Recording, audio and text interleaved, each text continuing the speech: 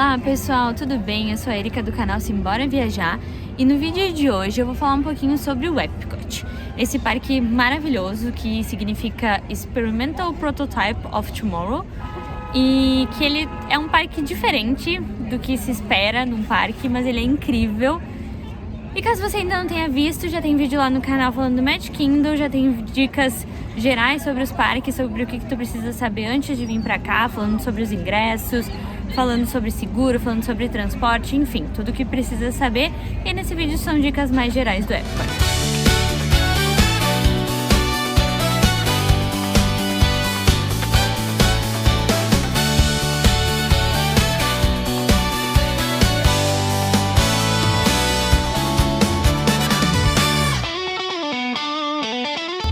Assim como os demais, eu vou começar falando então sobre a chegada no parque.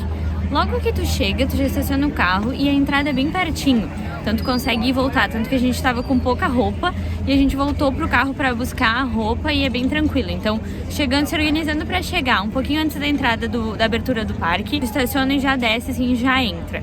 Lembrando que o parque abre às 9, então às 8h30 é o horário de chegada para quem é hóspede da Disney e para quem é meros mortais assim como nós, a entrada é às 9. Então se organize para chegar tipo umas 8h30, 8h45 para já estar mais ou menos ali na cara do gol. Além da chegada do parque pelo estacionamento, vale considerar que se você for hóspede de alguns dos hotéis, eu vou deixar aqui na tela o nome deles, você tem a entrada pela lateral do parque que você entra no pavilhão da França.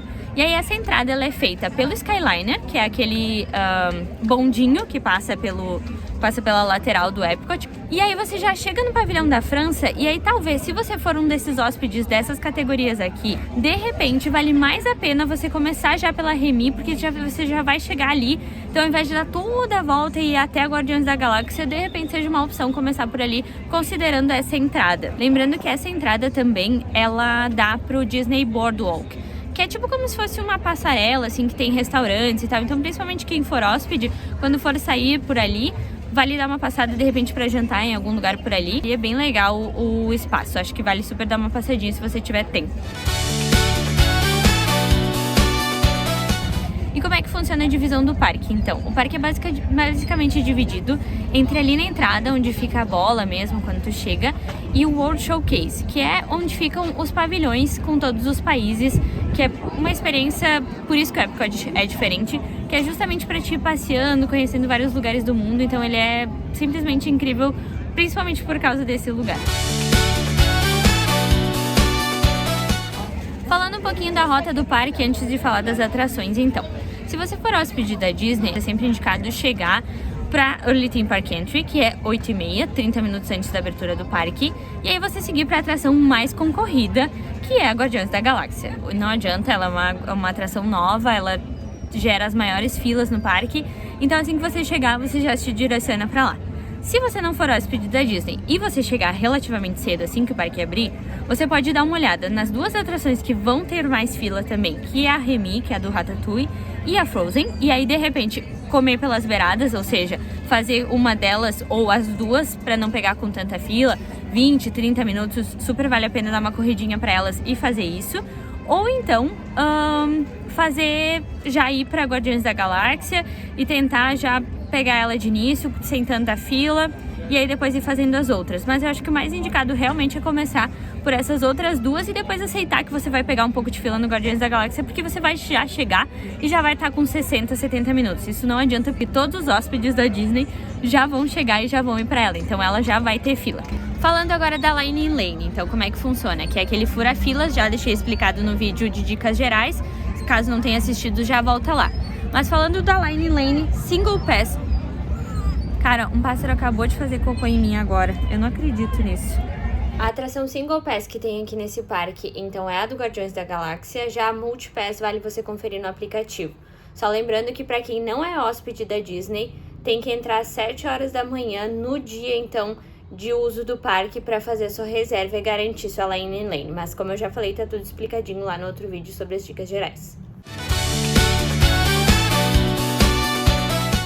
Falando das experiências imperdíveis, então, a gente já começa com o Drink Around the World, que é basicamente tu ir provando bebidinhas de cada região. O ideal seria que tu tomasse um drink de cada lugar.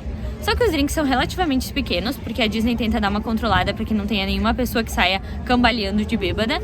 E eles são relativamente caros, eu achei, pelo menos pelo tamanho. Por exemplo, aqui na Alemanha, uma cerveja é $16. Então assim, claro, é um copo, é ok, mas eu acho que fica um pouco mais apertado no orçamento se tu for fazer de todos. De repente vale a pena num grupo grande, cada um comprar uma e dar uma provadinha, até também pra não beber demais, mas eu acho que é uma experiência super incrível que, dependendo de cada pavilhão, tem sangria pra tomar, tem champanhe, tem a cerveja, tem vinhos na Itália também, então eu acho que margarita no México, então eu acho que é uma experiência muito legal que o Epcot proporciona, se você quiser pelo menos provar. Além disso, nas experiências imperdíveis, vale dar uma checada para ver qual vai ser o festival que vai estar disponível aqui no Epcot. Agora em janeiro, que é quando a gente tá, tem o Festival of the Arts, e aí tu vai andando pelo caminho, e aí vai tendo tipo lugares para pintar na parede, as crianças desenham, tem quadros pelo Epcot inteiro, então fica simplesmente incrível. Vale dar uma olhada porque normalmente é de mês em mês, dá uma folguinha assim, então em março já começa outro e assim vai indo, sabe? Mais uma experiência imperdível é o Club Cool da Coca-Cola, que é aquele famoso em que tu prova as diferentes Coca-Colas pelo mundo. E é de graça, vai lá, dá uma provinha, eu acho que vale super a pena, é bem divertido, é bem engraçado, tem umas meio ruinzinhas, então, mas vale provar. A Sprite da Rússia tem gosto de pepino, é de pepino ela é.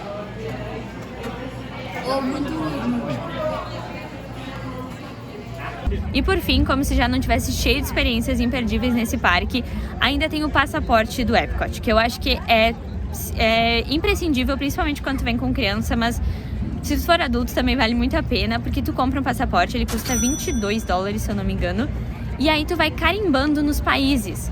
Eu só não comprei porque eu já tenho o meu, a primeira vez que eu vim eu já fiz o meu passaporte, mas é muito divertido porque eles carimbam, assinam, e aí tu tem que procurar o lugar onde eles fazem esse carimbo nos países, então tu realmente entra em cada um deles, é muito divertido.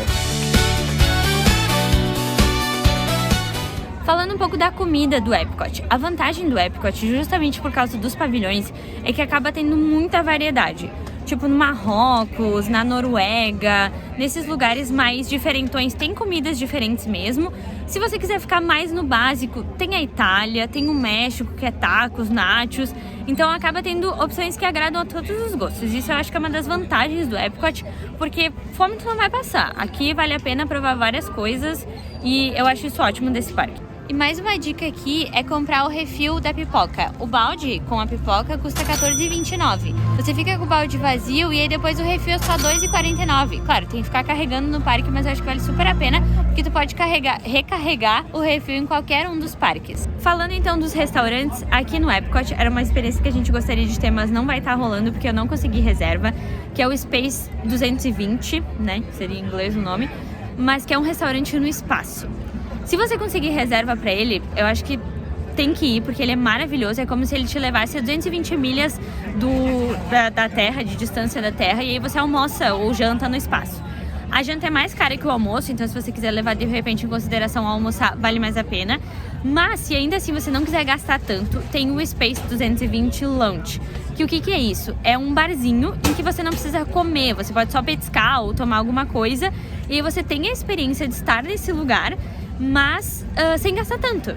Só que o problema é conseguir reserva, né? Não adianta. Então, que foi o que aconteceu com a gente não conseguiu reserva, mas se você conseguir, já comenta aí, já conta como é que foi, porque esse é um lugar que eu quero muito conhecer ainda.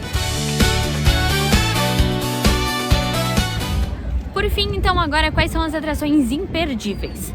Lá na parte da bola do Epcot, a gente tem a Guardiões da Galáxia, que é uma montanha-russa que, assim, ó, eu não conhecia, ela é maravilhosa, ela é incrível, ela é uma sensação muito boa.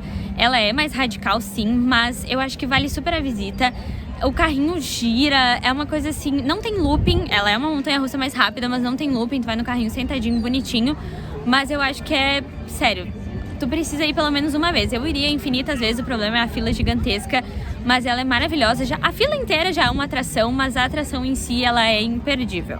Ali do ladinho mesmo tem a Test Track, que é uma atração que tu monta o teu carro e aí tu anda com o carro por uma pista. Eu não sou muito fã, admito, assim, que eu não gostei muito, mas Eu acho que vale, é uma das atrações imperdíveis do parque. O pessoal fala muito bem dela, inclusive as outras pessoas do grupo acabaram gostando. Mas eu não curti, eu não gosto muito, então eu acho que vale, mas já que estamos ali, né, já aproveita e já faz. Seguindo por ali também tem a atração do Nemo, que ela é como se fosse um simulador, que tu vai sentado num carrinho e tu vai vendo, ela é bem tranquilinha também, é por ali. E aí vai passando pela história do Nemo e tal. Fui interrompida aqui, coisa que só acontece na Disney, né? Tava aqui sentada gravando meu videozinho, veio a Branca de Neve aqui pra bater uma foto com as pessoas. E aí ela tipo, oi, tudo bem, querida? E eu, ai, tu quer que eu saia? Ela, não, pode ficar aí. Adorei. Continuando, das atrações imperdíveis então que tem lá perto da bola, tem a Spaceship Earth, que é literalmente a atração que fica dentro da bola. E ela é uma atração que tu vai num carrinho.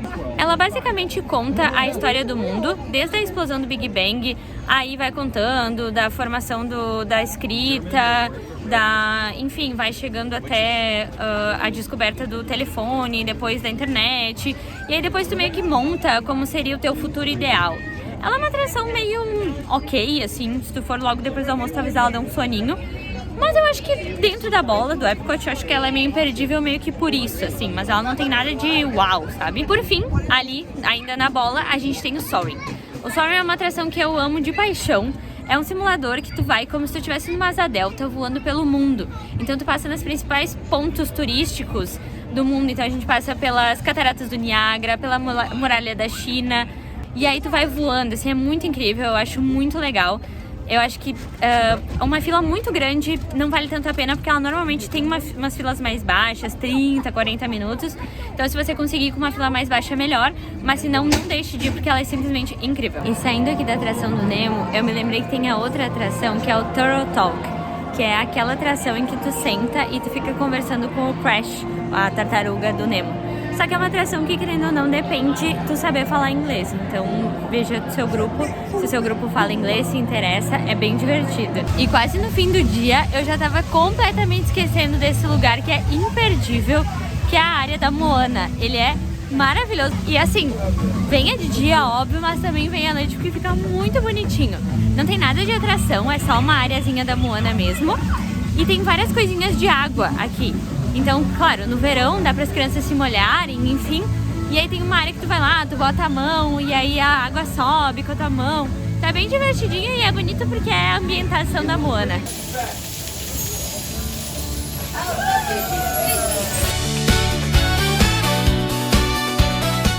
Nossa primeira parada, Pavilhão do Canadá. Basicamente aqui tem um restaurante que é o Le Cellier. Se quiser comer, a comida é servida na mesa mesmo, assim, não é fast food. E é mais ou menos isso, assim, não tem nada de atração aqui no pavilhão, ele só é bonitinho mesmo para passear. O segundo pavilhão aqui, então, da Inglaterra, a musiquinha também bem bonitinha e tem basicamente um pub aqui que é mais característico e tem as cabines para bater foto também do telefone. Tem até ali também uma casa de chás. A nossa terceira parada, a gente chega aqui no pavilhão da França, que eu acho que é um dos meus preferidos. Ele é sem dúvida maravilhoso e além, claro, de toda a ambientação que é perfeita, assim, é realmente se sentir na França mesmo. Ele tem uma das atrações que segura a maior fila desse parque, é uma atração nova, que é a atração do Remy.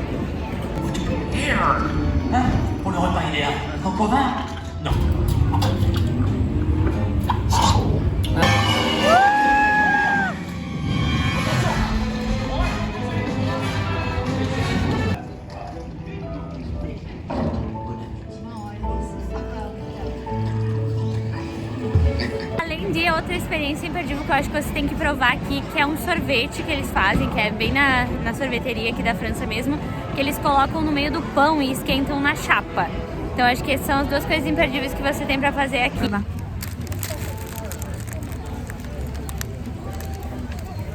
E aí, Cadu? Ele é quentinho e é geladinho. Muito bom.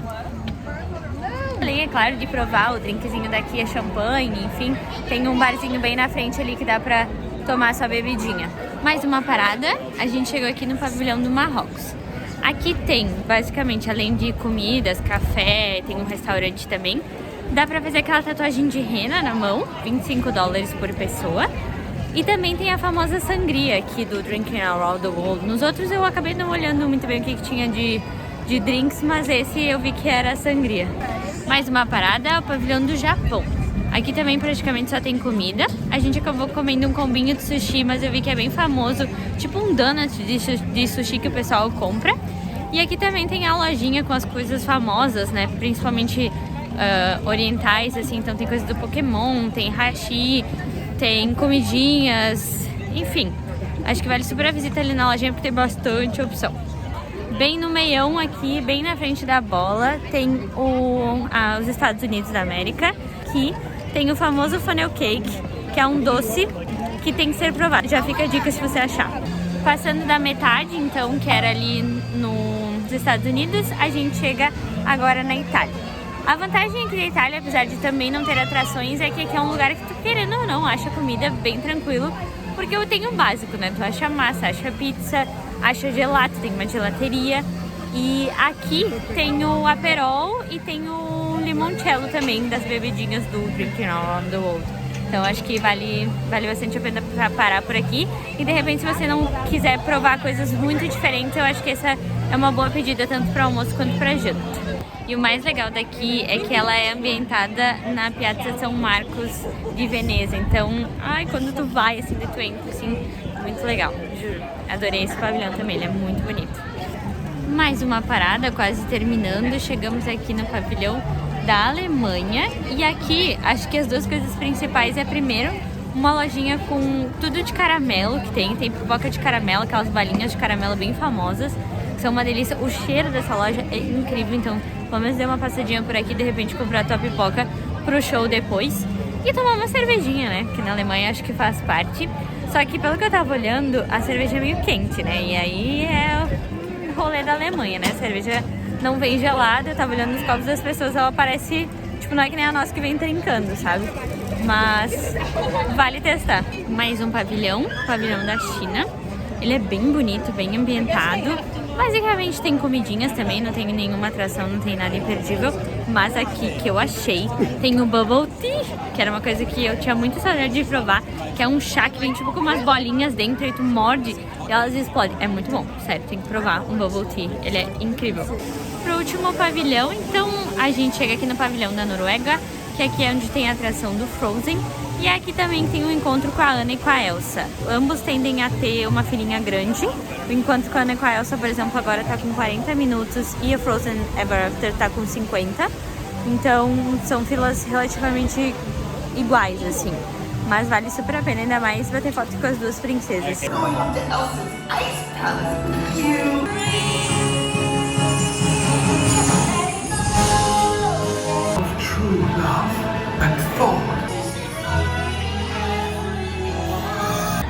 E a gente termina o nosso passeio aqui no pavilhão do México.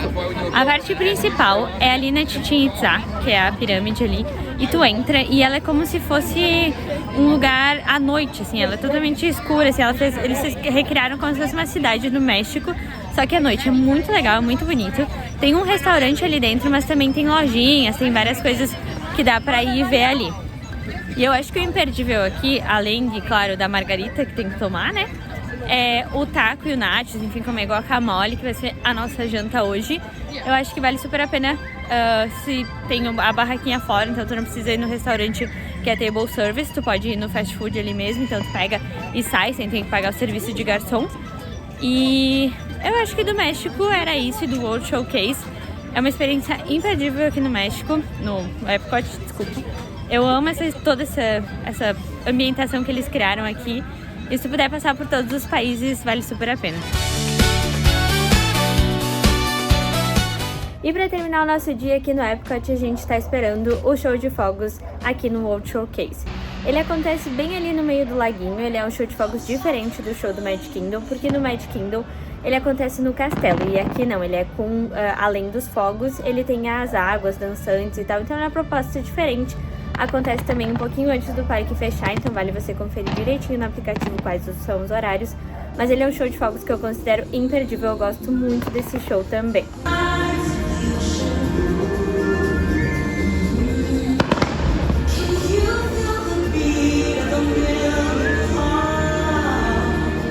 E desse vídeo era isso, pessoal. Se você gostou desse vídeo, não esquece de deixar teu like.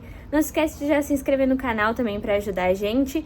E depois você vai receber também as notificações dos próximos vídeos. Então vai ter vídeo sobre o Hollywood Studios e sobre o Animal Kingdom. Um beijo, tchau!